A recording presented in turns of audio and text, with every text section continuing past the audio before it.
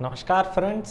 आज डिस्कस करते हैं बाइपोलर डिसऑर्डर के पेशेंट में चिकित्सा कैसे संभव है या फिर क्या क्या ट्रीटमेंट अवेलेबल है।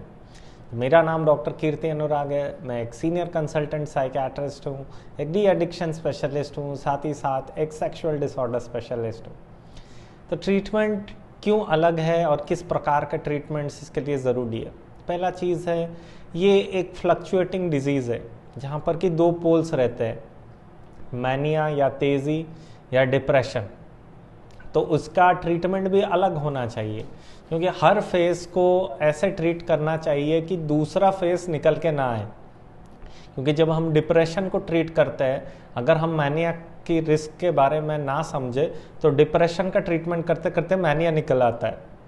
उसी रूप से अगर मैनिया का ट्रीटमेंट करते हैं या तेज़ी का ट्रीटमेंट करते हैं, अगर हम डिप्रेशन के लिए एहतियात नहीं बरतते हैं तो डिप्रेशन आ जाता है। तो दोनों में से कोई भी एक चीज़ हो सकता है।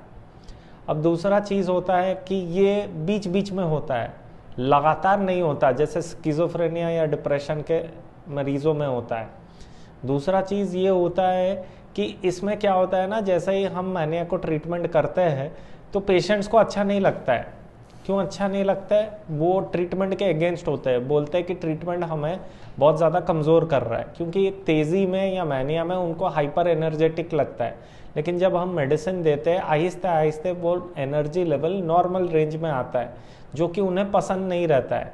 और उन्हें चाहिए रहता है कि वही एनर्जी स्टेट, वही खुश फीलिंग हमेशा रहे, लेकिन वो संभव नहीं होता है और वो पैथोलॉजिकल रहता है। तो उसकी वजह से मैनिक पेशेंट्स ट्रीटमेंट लेना नहीं चाहते। दूसरा चीज़ है, मैनिया हो या डिप्रेशन हो, दोनों में सुइसाइड के चांसेस बहुत ज़्यादा हाई रहते हैं। तो इन दोनों को भी ध्यानपूर्वक रखना चाहिए। अब जब भी ट्रीटमेंट ले, प्लीज़ एक साइकियाट्रिस्ट या मनोचिकित्सक से ही ले। बाकी लोग नहीं जानते हैं कैसे मेडिसिन देंगे या फिर किस डोज में देंगे या कितने दिन के लिए लेंगे। और अगर कवरेज भी देते हैं, मैनिया का सिर्फ देते हैं या डिप्रेशन का सिर्फ देते हैं, दोनों का एक साथ नहीं देते, जिसकी वजह से डिजीज़ और ज़्यादा बिगड़ जाता है। तो कभी भी घरेलू डॉक्टर या फिर मेडिसिन स्पेशलिस्ट से ट्रीटमेंट प्लीज़ मत करवाइए, क्योंकि ये बाइपोलर प्रॉब्लम और ज़्यादा बढ़ जाता है। और जब रेजिस्टेंट हो जाता है तभी वो लोग आपको साइकियाट्रिस्ट के पास भेजते हैं, और उस समय पे साइकियाट्रिस्ट के पास बहुत ऑप्शंस नहीं रहते हैं और ट्रीटमेंट का ड्यूरेशन ज़्यादा बढ़ जाता है। एक बार ट्रीटमेंट शुरू होता है तो एटलीस्ट 1 से 2 साल चलना चाहिए। और मेडिसिन तब भी लेना चाहिए, क्योंकि 2 फेजेस में मेडिसिन दिया जाता है। एक होता है एपिसोड जो बढ़ा हुआ है उसे घटाने के लिए, दूसरा है मेंटेनेंस के लिए। तो ये दोनों चीज़ें पार्ट एंड पार्सल है ट्रीटमेंट का। तो सिर्फ एक्यूट फेज का ट्रीटमेंट करके बंद मत कर देना।